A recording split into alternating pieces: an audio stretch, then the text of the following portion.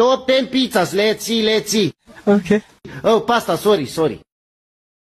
Seafood. Seafood, very good, number 10. Let's see. Marshmallow. Marshmallow, number 9. Very good. Very nice. Pina colada, number 3. Let's see. Canzone. Very good. Let's see. Plastelina, number 8. Beautiful. Bologna.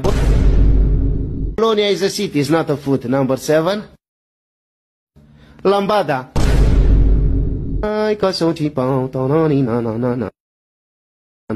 Calcio with watermelon. Number 6. Let's see. Carabinieri. Number 4. And number 5 is Alberto.